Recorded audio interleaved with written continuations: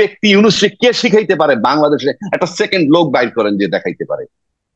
যারা বড় বড় কথা বলে তাদের একটা লোকের বলেন না যে ইউনুস সাহেব একটু গাইডলাইন দেন না যে এই যে মোদির সাথে বসে ব্যর্থ হইতেছে, মোদির সাহেবের সাথে বসলো, ট্রান্সশিপমেন্ট বাতিল হলো, তাদেরকে এই যে সমালোচনা করে একটু অ্যাডভাইস দিতে বলেন না যে ইউনুস সাহেব আপনি এইটা করলে মোদি সাহেব এইটা করবে, ওইটা করলে মোদি সাহেব এইটা করবে, বইলে দেখেন না। আপনার আপনার রাইট নাই সোশ্যাল মিডিয়ায় কথা বলার, সমালোচনা।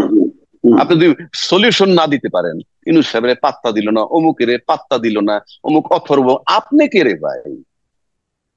বেশিরভাগ সোশ্যাল মিডিয়ার লোক তো আমি দেখি, আপনি সমালোচনা করেন, নিন্দা করেন, কোনো অসুবিধা নাই, কোনো অসুবিধা নাই, কিন্তু এটার ইম্প্যাক্ট নাই। আপনি এত কিছু, যারা বলতেছে 5 বছর ইউনূস সাহেবের রাখা দরকার, তাদের প্ল্যাটফর্মটা কই? বিচ্ছিন্ন ভাবে ওইদিকে সার্জিস কইছে, ওইদিকে XYZ বলতেছে।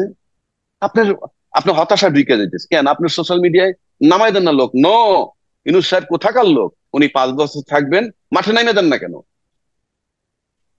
মাঠে নামে আপনি দুইজনের কথার ধার তো আলাদা। যিনি বলতেছে 5 বছর থাকা দরকার, তাকে আপনি ভয় পাচ্ছেন।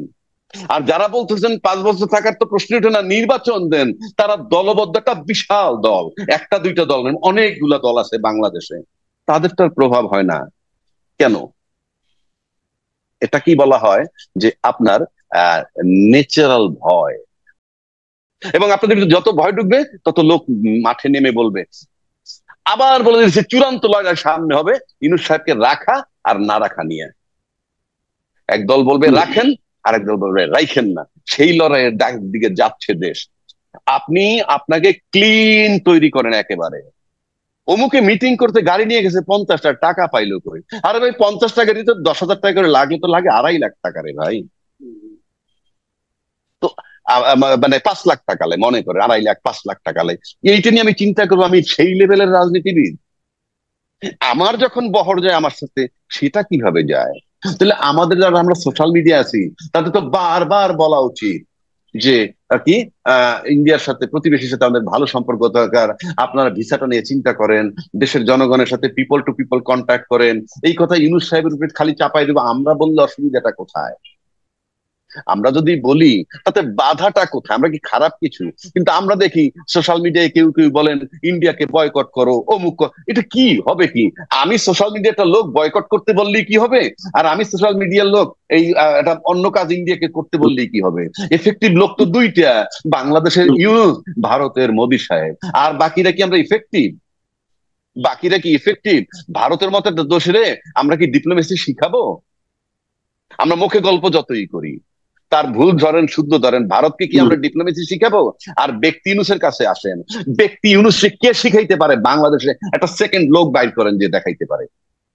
যারা বড় বড় কথা বলে তাদের একটা লোকের বলেন না যে ইউনূস সাহেব একটু গাইডলাইন দেন না যে এই যে মোদির সাথে বসে ব্যর্থ হইতেছে, মোদির সাহেবের সাথে বসলো, ট্রান্সশিপমেন্ট বাতিল হলো, তাদেরকে এই যে সমালোচনা করে একটু অ্যাডভাইস দিতে বলেন না যে ইউনূস সাহেব আপনি এইটা করলে মোদি সাহেব এইটা করবে, ওইটা করলে মোদি সাহেব এইটা করবে, বইলে দেখেন না। আপনার রাইট নাই সোশ্যাল মিডিয়ায় কথা বলার, সমালোচনা।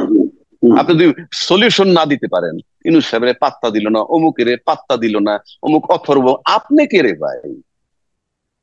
বেশিরভাগ সোশ্যাল মিডিয়ার লোক তো আমি দেখি, আপনি সমালোচনা করেন, নিন্দা করেন, কোনো অসুবিধা নাই, কোনো অসুবিধা নাই, কিন্তু এটার ইম্প্যাক্ট নাই। আপনি এত কিছু, যারা বলতেছে 5 বছর ইউনূস সাহেবের রাখা দরকার, তাদের প্ল্যাটফর্মটা কই? বিচ্ছিন্ন ভাবে ওইদিকে সার্জিস কইছে, ওইদিকে XYZ বলতেছে। আপনার আপনার হতাশা ঢুকে যাইতেছে কেন? আপনার সোশ্যাল মিডিয়ায় নামাই দেন না লোক, নো, ইউনূস সাহেব কোথাকার লোক, উনি 5 বছর থাকবেন, মাঠে নামে দেন না কেন? মাঠে নামে আপনি দুইজনের কথার ধার তো আলাদা। যিনি বলতেছে 5 বছর থাকা দরকার, তাকে আপনি ভয় পাচ্ছেন। আর যারা বলতেছেন 5 বছর থাকার তো প্রশ্ন ওঠে না, নির্বাচন দেন, তারা দলবদ্ধ একটা বিশাল দল, একটা দুইটা দল নয়, অনেকগুলা দল আছে বাংলাদেশে, তাদের তো আর প্রভাব হয় না কেন?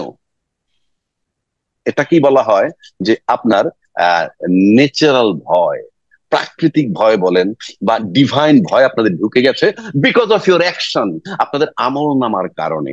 আমার বলতে হবে না, নাহলে কে কয় হ্যাঁ, ইউনূস সাহেব 5 বছর থাক, তো কি হইলো কি তাতে? এটার এত প্রভাব পড়ে কেন? এত ভয় ঢুকে কেন? এবং আপনাদের ভিতরে যত ভয় ঢুকবে, তত লোক মাঠে নেমে বলবে। আবার বলে দিচ্ছে চূড়ান্ত লড়াই সামনে হবে ইউনূস সাহেবকে রাখা আর না রাখা নিয়ে। একদল বলবে হুম। রাখেন, আর একদল বলবে রাইখেন না। সেই লড়াইয়ের দিকে যাচ্ছে দেশ। আপনি আপনাকে ক্লিন তৈরি করেন একেবারে। যত দিন যায় তত যদি আপনি আনক্লিন হিসাবে আবির্ভূত হইতে থাকেন, আর সেই ভয় আপনাকে পেয়ে বসে, কিছু করার নাই। আমরা এখন আছি কোথায়? আমি 200 কোটি টাকার মালিক, কিংবা আমি 2000 কোটি টাকার মালিক, অথবা আমি কি করি, আমার রাজনৈতিক দল কিভাবে চলে সেটা নিয়ে আমরা ভাবি না।